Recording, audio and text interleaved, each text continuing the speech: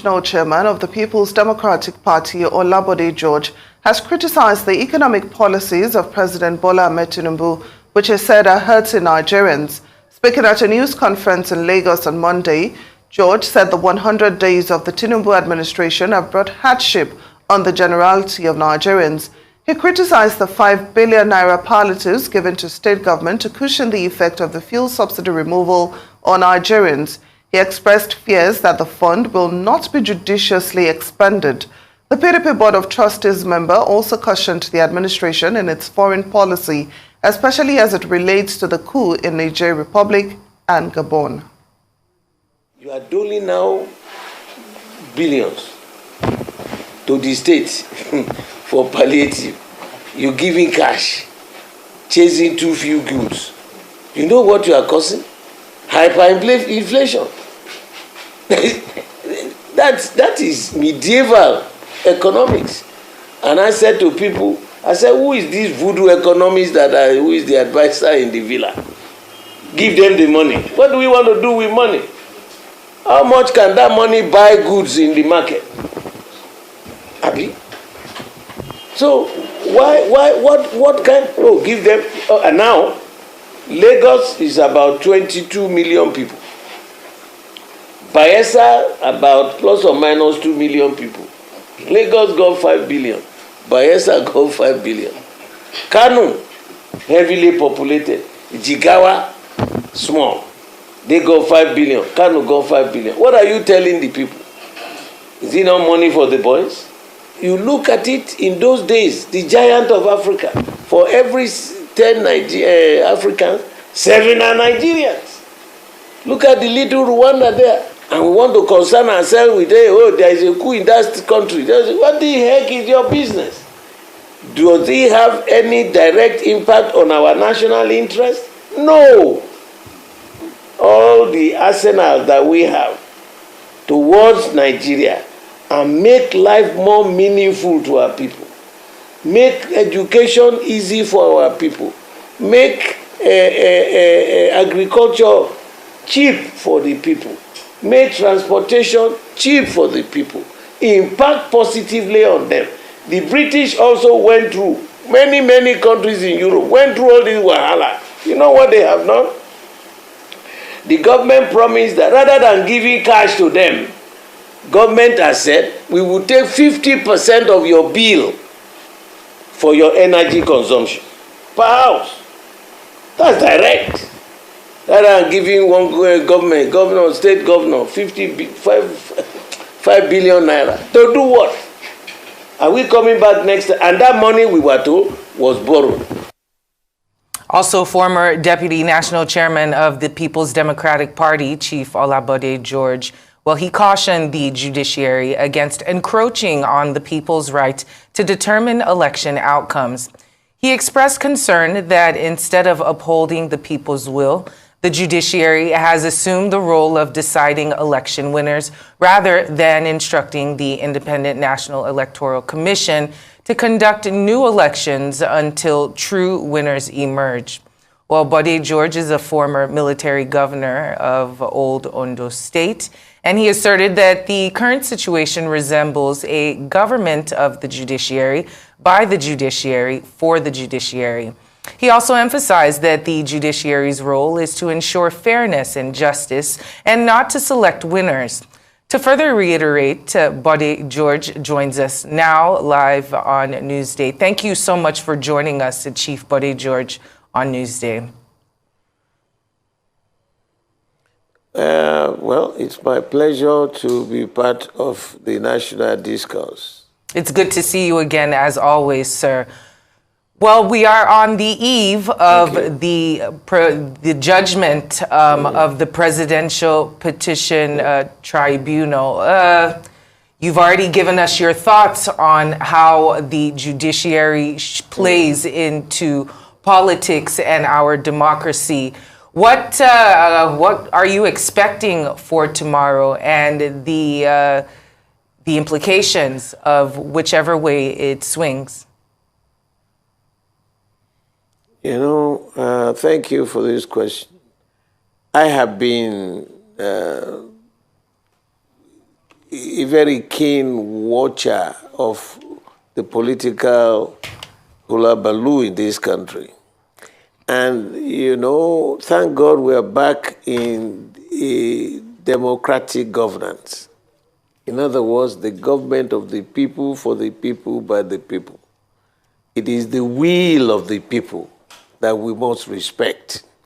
Now, we have an agency that was to conduct the election, an agency completely entrusted to manage and ensure that the process was seamless.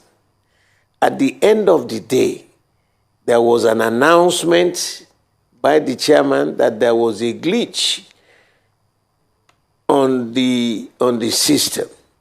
I am an engineer by profession, and I said to myself, if there was a glitch, first of all, let me thank President Buhari for introducing the modern technology in the electoral process. Because in the past, they had been handled, manipulated, all kinds of marauders, give figures, manipulate the figures, and come up with solutions that were archaic and unacceptable.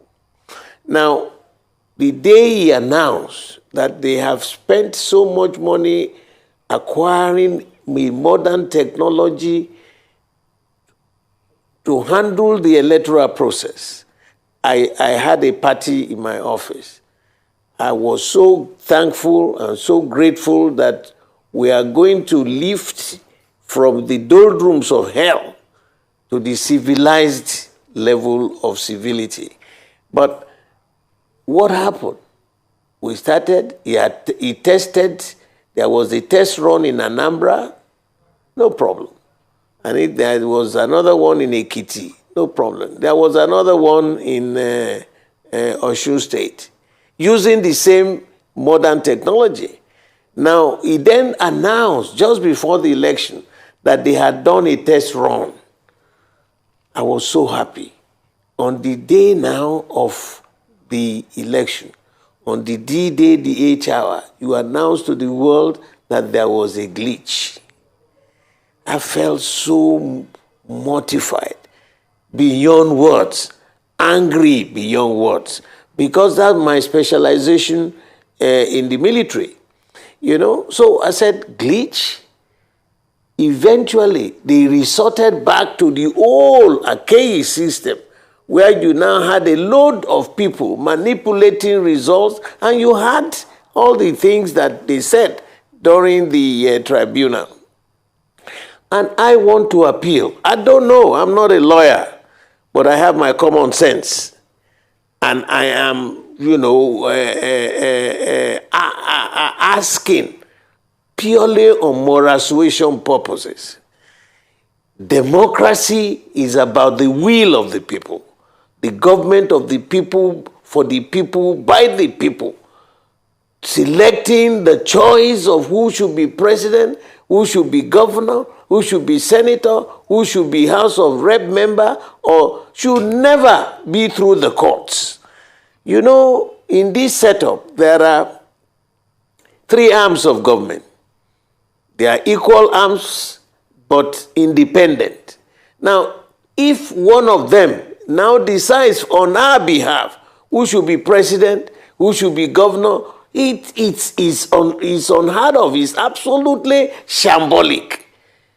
How would it be? The 200 million people, about 60 million people voted, and then 3 or 4 or 5 or 6 or 7 will now decide the winner of the election. I don't know whatever grammar and these same people live in our society, the lawyers and all that, playing and getting humongous amount of money for displaying and telling us about the technicalities, the what. What we know for real is that the election was shambolic. It did not go through the process as defined by the law. It did not go through the process as defined by the INEC themselves. So I am hoping that the Almighty God will work in the minds of these judges, to come up. Tell INEC. INEC is the moderator of the election. Go back and redo the election to make sure the process is just, the process is fair, and the process is justifiable. If they cannot meet it, sack them and get new people to manage the election. But for judges to decide on the will of the people, or through whatever grammar they will give us, will be setting this nation back. You forgot the 12 two-thirds saga? When we had 19 states, they came up with stories about how 12 two-thirds should be about two-thirds of a state or not a state, all kinds of technicalities. Where did that lead us as a nation? Let's get off from this doldrum of hell and go to join the civilized people in the world. God has so given this nation so much. Mineral resources in every part, human resource in every part. Look at all developed countries in the world. You hear about Nigerians who are experts here, experts there. They are all over. Why can't we do something for ourselves? Why? I get mortified. I get so angry. What is going on? Why are we drifting? Because of personal ambition, personal aggrandizement at the expense of the millions of people. You need to walk the streets of every state and see squalor, and see poverty, and see anger in the faces of the people. All because of an ambition of one or two people? No, we can't continue like this. The grace that God gave this country, go every nook and cranny of Nigeria, ask for professor of any field. You will see them more than enough that we can sell to other African countries. Why can't we manage ourselves? I am telling these justices, don't turn democracy into the government of the judiciary, for the judiciary, by the judiciary. Let the will of Nigerians prevail. Millions left their homes. There was a lot of campaign, a lot of physical effort, a lot of human effort, a lot of money expended, convincing people. And now the managers of the electoral process came out and told us that, oh, there was a glitch. We should reverse back to the old system which had been condemned by everybody. I was happy, I told you, when General Buhari introduced the new technology. This man had a test run in Anambra, a test run in Ekiti, a test run in Oshu. And he told us that they had done a national test run and everything was ready. And on that D-Day and the 8th hour, you now came up and said there was a glitch. And the manufacturers of the equipment said, and I quote, that there was no glitch, that we switched off the system. And I'm saying, if that is the case, is this the time to now declare A winner, B loser, or whatever? Nigeria will remain. But will we remain united? Will we remain that nation of pride, the giant of Africa, a model for other Africans? No. Let's do what is good in the interest of these younger generations that are coming. The fact that you made a mistake in the past, does it mean you should continue to make it? Then you will never develop. You will never grow. There is so much anger in the land. And the same, the methodology of managing the palliatives is by giving cash. The first lesson you learn in an economic class is, if there is too much money chasing too few goods, hyperinflation. Simple and factual. So I am addressing this issue not based on any political party. My party, yes, is PDP. I'm not saying declare us or declare B, declare C. You have the INEC themselves came that 33% They were at the 3% collation when they were directed to go and announce. That in itself should send everybody packing. Nobody should interfere. Allow the process to run. No interlopers, no manipulators. That's all I'm saying. All right. I'm not, the fact that it happened during Yaradua's time, 2007, this is 2023. We continue in that wrong route. It can be well. So let us fear God. Let us remember the millions that are suffering now. Anybody elected will remember, if the process is genuine, will remember that, so much from my constituency, they voted for me. Well, what is public office? What is governance?